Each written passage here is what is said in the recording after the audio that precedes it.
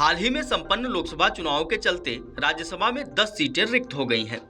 राज्यसभा सचिवालय ने 7 राज्यों में रिक्तियों को अधिसूचित भी कर दिया है। इनमें हरियाणा में एक बार फिर एनडीए बनाम इंडी की कड़ी लड़ाई दिख सकती है, लेकिन महाराष्ट्र में भी राज्यसभा उपचुनाव पर सबकी नजरें टिकी होंगी। उप मुख्यमंत्री अजित पवार की पत्नी सुनेत्रा पवार भी राज्यसभा उपचुनाव के लिए अपना नामांकन पत्र दाखिल कर दिया है। इसको लेकर एनसीपी के वरिष्ठ नेता और मंत्री छगन भुजबल के अनबन की खबरें भी आईं। भुजबल ने एक बयान में कहा कि वो चुनाव लड़ने के इच्छुक थे, लेकिन वो सुनेत्रा पवार के नामांकन से नाराज नहीं हैं। ऐसे में आइए जानते हैं कि लोकसभा चुनाव के बाद किस राज्य में राज्यसभा में कितनी सीटें खाली हुई हैं, कौन से राज्यसभा सदस्य लोकसभा चुनाव में विजयी हुए हैं, हरियाणा और महाराष्ट्र में ऐसे सांसदों की संख्या कितनी है, रिक्त सीटों पर उपचुनाव कब होगा। आइए जानते हैं सब कुछ। लोकसभा चुनाव के बाद राज्यसभा में 10 सीटें खाली हुई हैं। राज्यसभा सचिवालय ने इन रिक्तियों को अधिसूचित कर दिया है।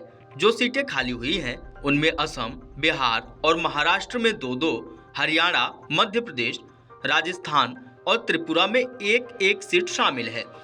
इस अधिसूचना के बाद निर्वाचन आयोग राज्यसभा में इन रिक्तियों को भरने के लिए चुनाव की नई तारीखों की घोषणा करेगा।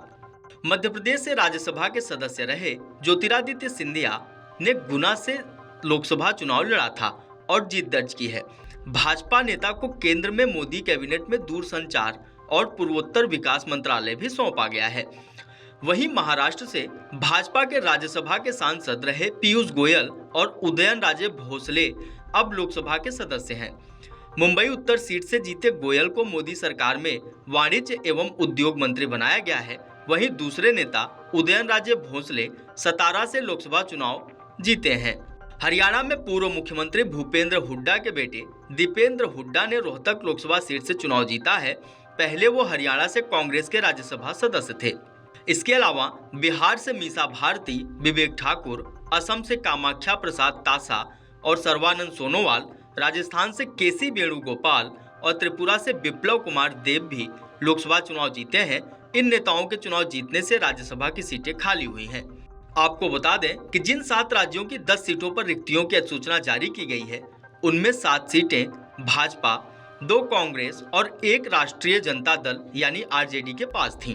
कांग्रेस और आरजेडी दोनों ही इंडी गठबंधन के प्रमुख घटक दल हैं। असम, बिहार, मध्य प्रदेश, राजस्थान, बिहार और त्रिपुरा जैसे राज्यों के उम्मीदवारों के आसानी से जीत हासिल करने की संभावना है। महाराष्ट्र विधानसभा में एनडीए की पर्याप्त संख्या होने पर इसके 2 उम्मीदवार अपनी अपनी सीट से जीत जाएंगे, लेकिन लोकसभा चुनाव के बाद हो रहे उपचुनाव पर सबकी नजरें टिकी होंगी। वहीं हरियाणा में खाली हुई सीट के लिए होने वाले चुनावों में भाजपा को कठिन चुनौती का सामना करना पड़ सकता है। जिन राज्यों में राज्यसभा चुनाव होगा उनमें हरियाणा की लड़ाई सबसे दिलचस्प होगी। दीपेंद्र हुड्डा के रोहतक से सांसद चुने जाने के कारण जरूरी हो गया है 90 सदस्यीय विधानसभा अब 87 सदस्यों की रह गई है।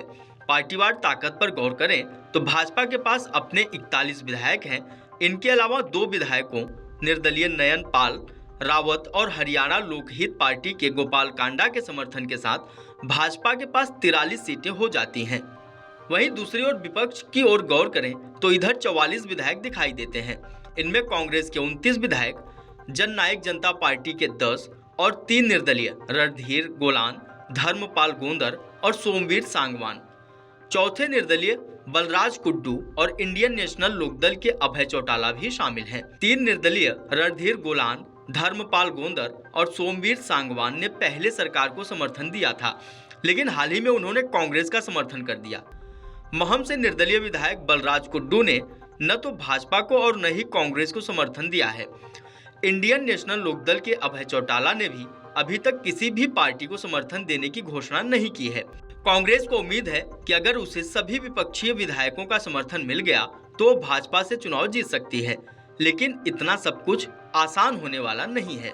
आपको बता दें कि भाजपा की तरफ से 43 और विपक्ष की तरफ से 44 सदस्यों के मामले में 10 विधायकों वाली जननायक जनता पार्टी की भूमिका काफी अहम हो जाती है।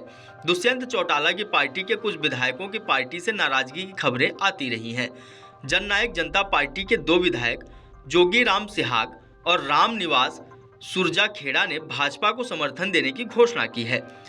जननायक जनता पार्टी ने स्पीकर ज्ञानचंद गुप्ता को पत्र लिखकर इन दोनों विधायकों के खिलाफ दल बदल विरोधी कानून के तहत कार्रवाई की भी मांग की है। अब यह देखना दिलचस्प होगा कि इस चुनावी शतरंज में कौन बाजी मारता है। बात करें महाराष्ट्र की, तो यहाँ छत्रपति शिवाजी महाराज के वंशज उदयनराजे भोसले और केंद्रीय वाणिज्य मंत्री पीयूष गोयल के लोकसभा के लिए निर्वाचित होने के कारण राज्यसभा की सीटें खाली हुई हैं। राज्य में सत्तारूढ़ महायुति के पास पर्याप्त संख्या बल है। इसके बावजूद विपक्ष द्वारा उम्मीदवार उतारने की स्थिति में यहाँ मुकाबला दिलचस्प हो सकता है। ऐसा इसलिए क्योंकि केंद्रीय मंत्रिमंडल में स्थान न मिलने से एनडीए के घटक दलों में शिवसेना और एनसीपी में नाराजगी के सुर दिखाई पड़ रहे हैं। इस बीच उप मुख्यमंत्री अजित पवार की पत्नी सुनेत्रा पवार ने राज्यसभा उपचुनाव के लिए अपना नामांकन पत्र दाखिल कर दिया है। वीडियो डेस्क अमरउजाला.com। अगर आप ये वीडियो YouTube पर देख रहे हैं तो हमारे चैनल को सब्सक्राइब करें और बेल आइकन को दबाना ना भूलें। अगर आप Facebook पर ये वीडियो देख रहे हैं तो हमारे पेज को लाइक करें।